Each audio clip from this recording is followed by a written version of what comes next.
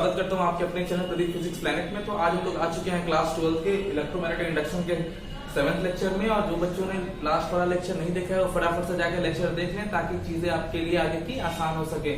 तो बच्चों अब आज हम लोग बात करने जा रहे हैं फ्लेमिंग के राइट हैंड रूल के बारे में। तो फ्लेमिंग का जो राइट हैंड रूल है, मतलब दाएं हाथ का नियम है, वो क्या कहता है आइए देखते हैं। फ्लेमिंग्स राइट हैंड रूल बहुत इंपॉर्टेंट होने वाला है बच्चों। फ्लेमिंग्स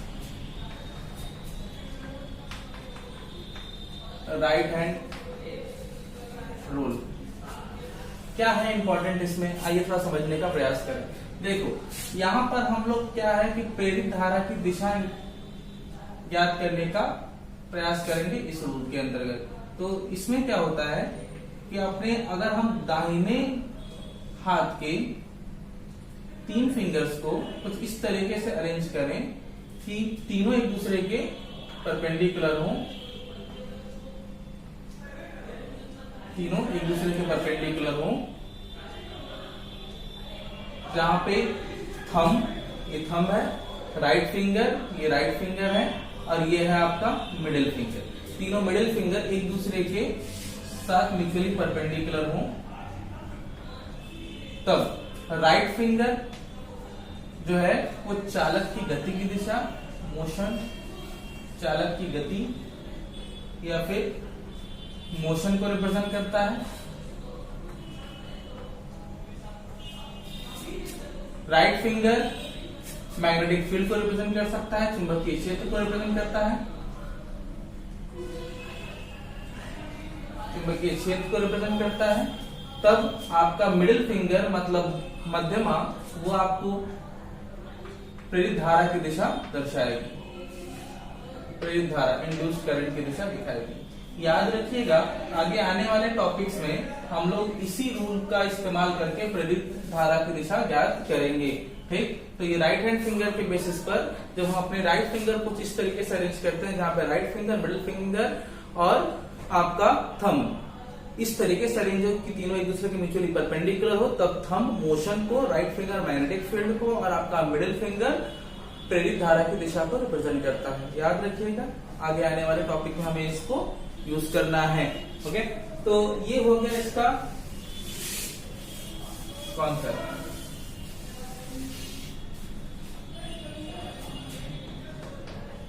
हम देखेंगे अब एक नए टॉपिक को जिसका नाम है एडी करंट, जिसको हम लोग हिंदी में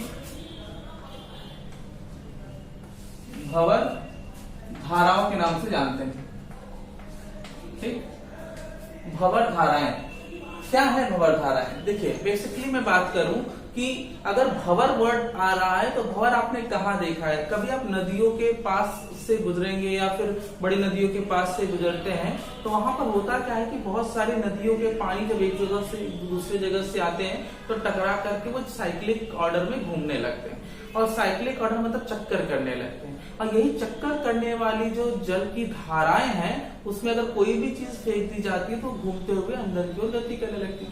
तो साइक्लिक ऑर्डर के आसपास आप नहीं भटकते क्योंकि वहां पर इंटेंसिटी इतनी तेज है कि आप अपने रेगुलर या कंट्रोल मोशन नहीं कर पाते, इसीलिए आप उसे भंवर कहते हैं। क्योंकि उनमें सिर्फ लिक्विड का या फिर एटमॉस्फेयर का इसी माध्यम का ही अपना पर्टिकुलर इफेक्ट होगा। यहाँ पर हमारा इफेक्ट इफेक्टिव नहीं हो पाता, इसीलिए वहां पर हम लोग जल में भंवर कहते हैं। यहाँ जल के भंवर के बारे में बात नहीं हो रही है, यहाँ पे करंट के भंवर के बारे में बात हो रही है, धारा के भंवर के बारे में बात हो रही है। कैसे? यदि यहाँ पे यदि किसी एक समान चुंबकीय क्षेत्र में, यदि किसी एक समान चुंबकीय क्षेत्र में कोई धातु की पटल को गति कराया जाए, किसी धातु के पटल को गति कराया जाए या फिर किसी पटल को, धातु के सरफेस को किसी वेरिएबल मैग्नेटिक फील्ड में रख दें, तो इससे होता क्या है कि रखने पर ये जो पटल आप देख रहे हो, ये जो पटल मेटल का बना हुआ है, इस पटल पर बहुत सारे छोटे लूप बनेंगे इलेक्ट्रॉन्स के, क्योंकि मैग्नेटिक फील्ड में गति करने के कारण इसमें छोटे लूप्स बनेंगे। और ये जो छोटे लूप बन रहे हैं वो एक्चुअली चुंबकीय बल के कारण लगते हैं। अब इस गति के कारण ये जो इलेक्ट्रॉन्स हैं इसमें वो छोटे छोटे लूप के कारण एक साइक्लिक ऑर्डर में गति करने लगते हैं। ठीक है, जिसको अगर हम दिखाने का प्रयास करें तो कुछ इस तरीके से यहाँ पर साइक्लिक ऑर्डर को पटल पर दिखा सकते हैं।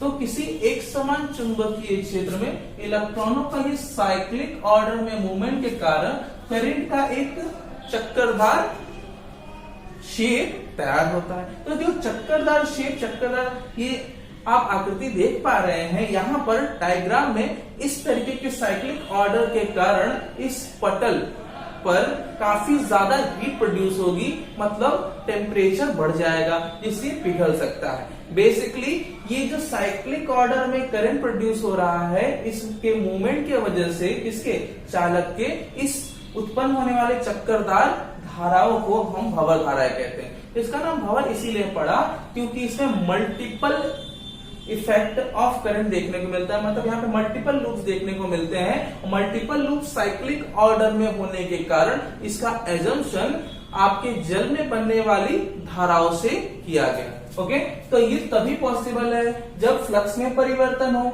और फ्लक्स में परिवर्तन तभी पॉसिबल है जब आपके या तो मैग्नेटिक फील्ड में परिवर्तन हो या तो फिर एरिया परिवर्तन हो। क्योंकि ये पटल यूनिफॉर्म फील्ड में जा रहा है तो ये नहीं बदल रहा, तो इसके लिए एरिया बदल रहा। और कभी कभी क्या होता है कि मैग्नेटिक फील्ड अगर वेरिएबल हो और तब आपका पटल सिर्फ उसमें क्या होता है, रखा होता है। तो दोनों केस में फ्लक्स में परिवर्तन पॉसिबल है जिससे प्रेरित धारा उत्पन्न हो सकती है। तो ये इसका बेसिक कॉन्सेप्ट होगा। जब कोई धातु की पटल एक समान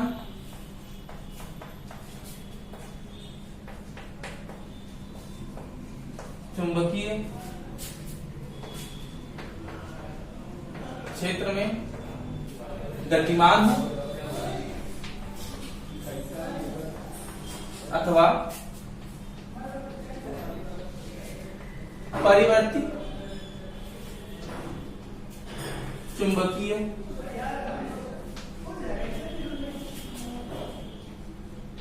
क्षेत्र में रखा हो तब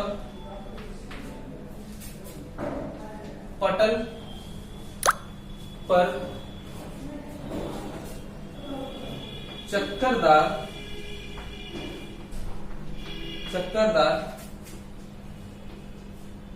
धाराओं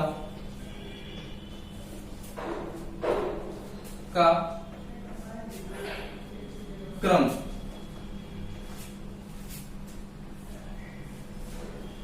प्रेरित होता है। इसे भंवर धाराएं कहते हैं। एक बात का ध्यान ये रखना है कि भंवर धाराओं का जो कॉन्सेप्ट में भंवर वर्ड कहां से आता है, तो भंवर वर्ड जल के में आपने जितने साइक्लोन्स देखे हैं, जल में जो आपने शेप देखे हैं जो उसमें उत्पन्न होता है, तो उसके जैसा रिप्रेजेंट करने के कारण इसे हम लोग भंवर धाराएं नाम देते हैं। बेसिकली इसका स्ट्रक्चर हमने तो देखा नहीं है, तो इसका शेप हम एज्यूम करने के लिए, ऑब्जर्व करने के लिए, मल्टीपल लूप्स को समझने के लिए हम इसको भंवर धाराएं मतलब जल में उत्पन्न भंवर से कंपेयर कर लेते हैं। ठीक है, इसे सर्वप्रथम किसने देखा था? इसे सर्वप्रथम फोको ने देखा था। कब देखा था? 1895 में। तो इसे सर्वप्रथम 1895 में फोको द्वारा दिया गया, जिसके आधार पर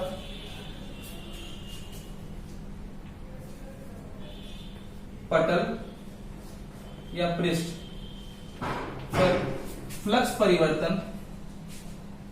पर फ्लक्स परिवर्तन के कारण धारा प्रेरित होती है।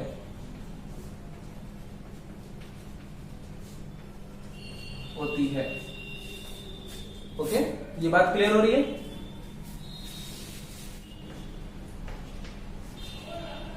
पटल पर भंवर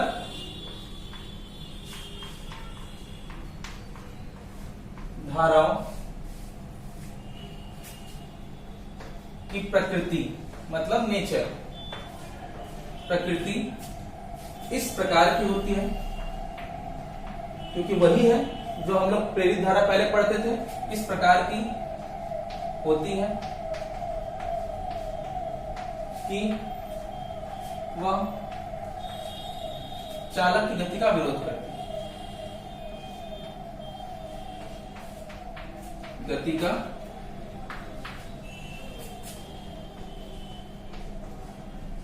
विरोध करती। ठीक, इस चालक की गति का विरोध करने का नेचर ही हमें इसके एप्लीकेशन की ओर लेकर के जाएगा। तो बेसिकली जो ये धाराएं उत्पन्न हुई उससे हमें देखने को क्या मिला, यह जो धारा उत्पन्न हुई इससे मेटल का ताप काफी बढ़ जाता था। ठीक, पटल पर प्रेरित यह भंवर धाराएं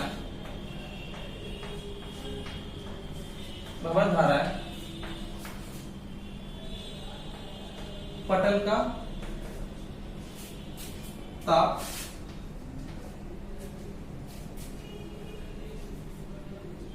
बढ़ा देती, जिससे यह रक्त तप्त हो जाता।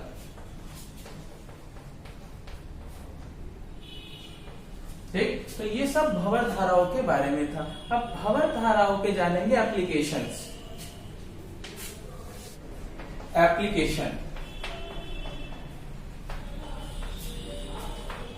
इसके एप्लीकेशंस तो काफी हैं। बेसिकली हम लोग बात करने जा रहे हैं पहले मैग्नेटिक ब्रेक।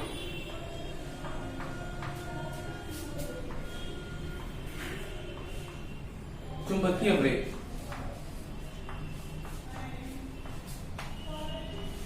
मैग्नेटिक ब्रेक, ये मैग्नेटिक ब्रेक होता क्या है आइए समझने का प्रयास करें। आपको पता है कि जो हाई स्पीड ट्रेन्स होती हैं, जैसे कि जो बुलेट ट्रेन्स होती है, मेट्रो ट्रेन्स होती हैं, या हाई स्पीड जब ट्रेन्स होती है, इनको रोकना बड़ा मुश्किल होता है, क्योंकि इसको आप नॉर्मल ब्रेक से नहीं रोक सकते। तो इसको रोकने का एक कॉन्सेप्ट होता है जिसको हम इलेक्ट्रिसिटी के बेसिस पर रोक सकते हैं। कैसे?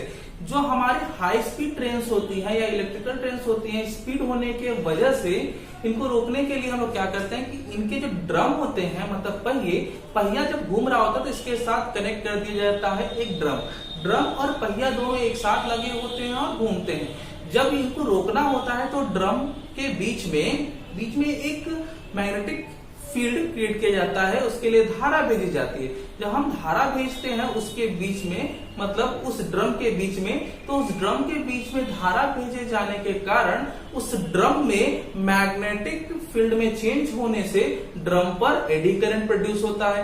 ये एडी करंट जो प्रोड्यूस हुआ है, ये एडी करंट जो है वो खुद उसी मैग्नेटिक फील्ड का विरोध करने के लिए अपने ही गति का विरोध करता है। क्योंकि आपको पता है ड्रम के अंदर आपने क्या प्रोड्यूस किया, ड्रम के अंदर आपने प्रोड्यूस किया करंट की वजह से मैग्नेटिक फील्ड आई। अब मैग्नेटिक फील्ड की वजह से एडी करंट आएगी। एडी करंट नहीं चाहता कि मैग्नेटिक फील्ड आएगी, वो विरोध करता है, जिससे वो ड्रम को रोकना चाहता है। जब वो ड्रम रुक जाएगी तो आपका बाहर वाला पहिया भी रुक जाएगा, क्योंकि ड्रम से कनेक्टेड होता है पहिया। मेरी बात क्लियर करिएगा। पहिए के अंदर ड्रम है और ड्रम के अंदर आपने करंट पास करा जिससे ड्रम की गति के कारण उसमें प्रोड्यूस हो जाता है एडी करंट। ये एडी करंट प्रोड्यूस हुआ है लेकिन किसकी वजह से? ड्रम के घूमने की वजह से। तो ड्रम की गति का विरोध करेगा और ड्रम की गति का विरोध करेगा मतलब ड्रम को रोकने की कोशिश करेगा और ड्रम अगर गति का विरोध करते करते रुकेगा तो ड्रम का कनेक्शन पहिए के साथ है तो पहिया भी रुक जाएगा। जितनी ज्यादा मैग्नेटिक फील्ड में चेंज करेंगे ये इफेक्ट उतना ही जल्दी होता है। तो इसी बेसिस पर आपका काम करता है मैग्नेटिक ब्रेक। तो काम समझ में आ रहा है कैसे है?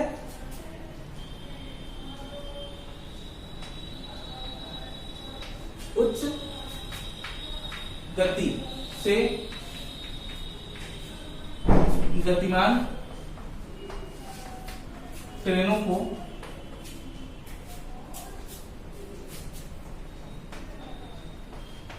रोकने के लिए इनके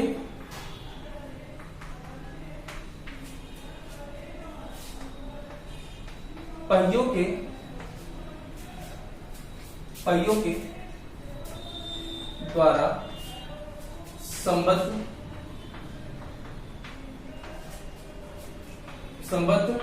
ड्रम के मध्य धारा प्रवाहित की जाती है। धारा प्रवाहित की जाती है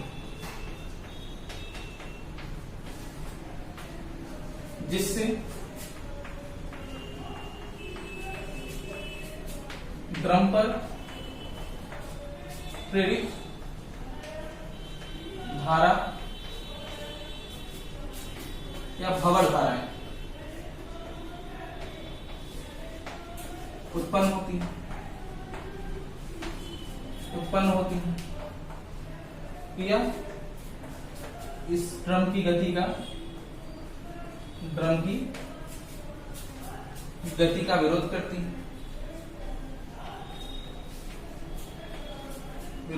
है जिससे ड्रम रुक जाता है तथा ड्रम के साथ पहिया भी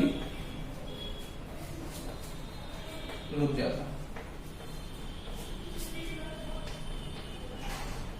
ठीक है, बात क्लियर हो रही है? तो धारा प्रवाहित की गई और धारा प्रवाहित कराने से क्या होगा?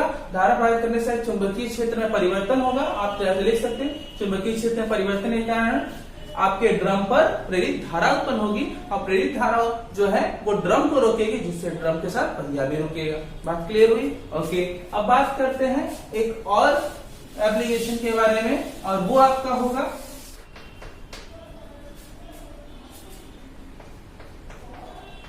Induction furnace.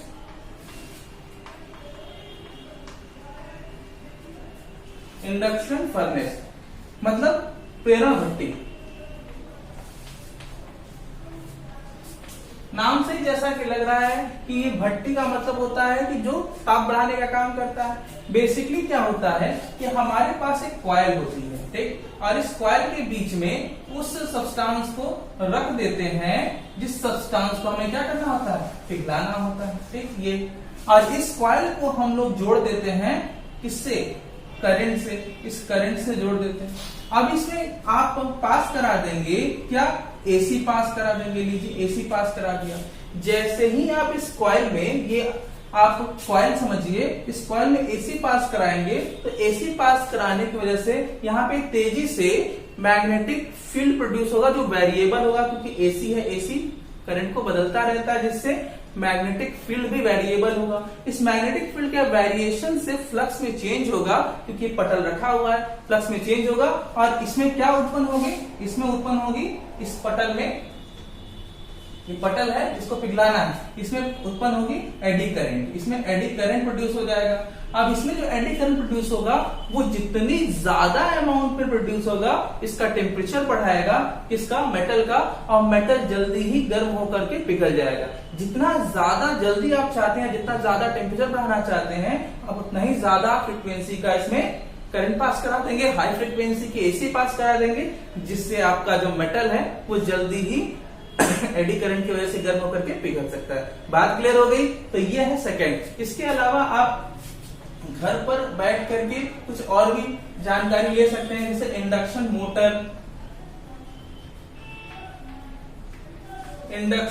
मोटर, ठीक, डेड बीट गैल्वेनोमीटर,